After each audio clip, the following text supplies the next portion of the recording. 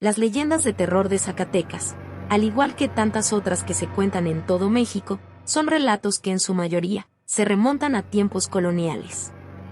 Muchos hablan sobre lugares malditos, fantasmas que penan y crímenes escalofriantes. El día de hoy descubriremos algunas de las más escabrosas que se han contado a lo largo de los años. El Callejón del Mono Prieto.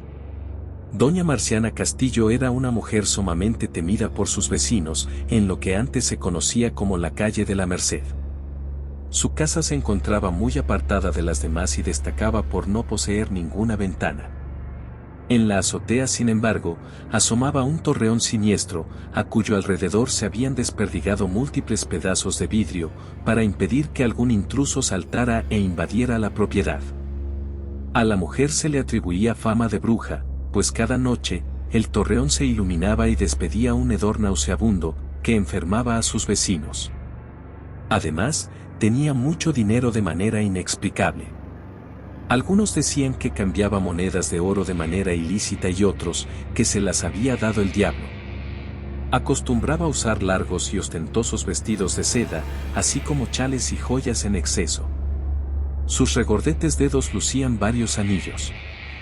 A pesar de lo finas que eran sus vestimentas, su apariencia era simplemente abominable, ya que tenía el rostro cubierto de cicatrices, los ojos enrojecidos y el cuerpo deforme.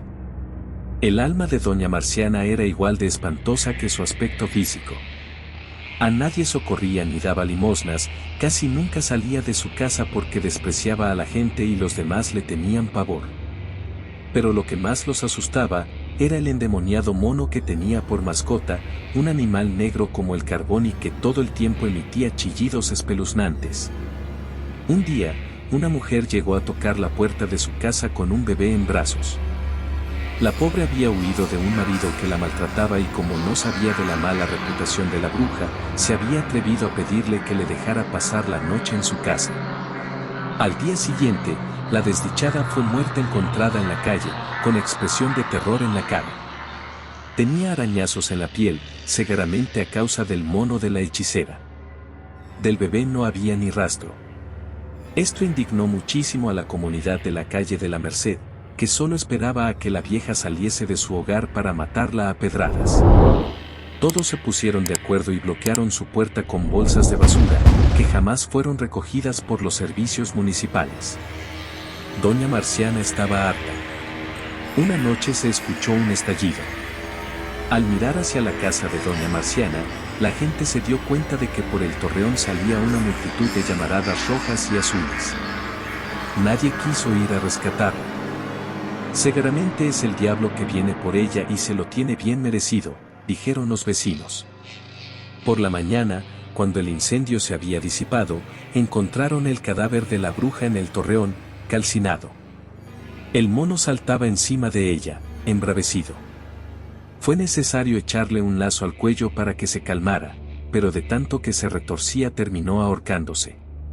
Nadie supo nunca qué fue lo que había ocasionado aquella explosión. Desde entonces, a la calle se le conoció como el Callejón del Mono Prieto. La calle de Tres Cruces. Corría el año de 1696 cuando don Pedro de Quijano, un acaudalado hombre de Zacatecas, recibió de su hija una noticia que consideró como traición. La joven y bella María Leonor había decidido no casarse con don Juan Antonio de Ponce y Ponce, un rico minero que poseía la hacienda de San José. Don Pedro contaba con ese enlace matrimonial para salvar su negocio y además, pagar la hipoteca de su casona, la única propiedad que le quedaba tras quedar en la ruina. Prefiero morirme o entrar a un convento, que ser la esposa de ese hombre, le había dicho María Leonor con orgullo. Ella tenía sus razones para negarse a ese matrimonio. Amaba profundamente a José Manuel Zamora, el joven ahijado de dona Catalina de Sandoval. Esta mujer, rica y bondadosa, había sido la mejor amiga de la difunta madre de María Leonor y pensaba heredar todos sus bienes a José Manuel, consciente del gran amor que compartía con la muchacha. Pero don Pedro, cegado por la ambición, no permitiría que se truncaran sus planes. Buscó a una mulata que practicaba las malas artes y le ordenó que investigara a su hija. No había transcurrido ni una semana, cuando la bruja le informó todo lo que estaba ocurriendo con su María Leonor y José Manuel. La muchacha tenía la costumbre de ir a escuchar misa en el convento de la Merced, en compañía de una de sus criadas. Allí, se encontraba con su amado en la pila del agua bendita y le dedicaba una dulce sonrisa. Luego él la seguía hasta su casa y se despedía de ella con una respetuosa reverencia hasta que llegaba la noche. Era entonces cuando el galán se acercaba a la ventana de su novia y le ofrecía hermosas serenatas. Don Pedro, furioso, urdió un plan para separar a los jóvenes amantes. Habían empezado a circular rumores de que alguien quería derrocar a don Juan de León Valdés, alcalde de Zacatecas. Aprovechándose de las habladurías, don Pedro se presentó ante él, informándole que un hombre estaba rondando su casa con la intención de matarlo. Ese malnacido sabe lo fiel que soy a su gobierno y quiere castigarme por mi lealtad. Si lo arrestan en el momento justo, estoy seguro de que encontrarán documentos que comprueben su culpabilidad. Así será, mi buen amigo, le dijo don Juan, le agradezco por la información. Usando a la mulata de nuevo, don Pedro hizo que le entregara una carta a José Manuel justo antes de que acudiera a ver a su hija. En ella, había escrito los pormenores de un supuesto plan para eliminar de don Juan de León de la alcaldía. Antes de enviar a la bruja, don Pedro le advirtió que no debía decirle al muchacho quién se le enviaba. José Manuel recibió el mensaje y lo guardó en su bolsillo sin abrirlo, acercándose a la ventana de María Leonor. Pero antes de que pudieran verse, los guardias del gobernador llegaron para arrestarlo. La pobre chica, al ver cómo se lo llevaban, corrió con su padre para pedirle que lo ayudara. Sin embargo, la respuesta de don Pedro fue inclemente.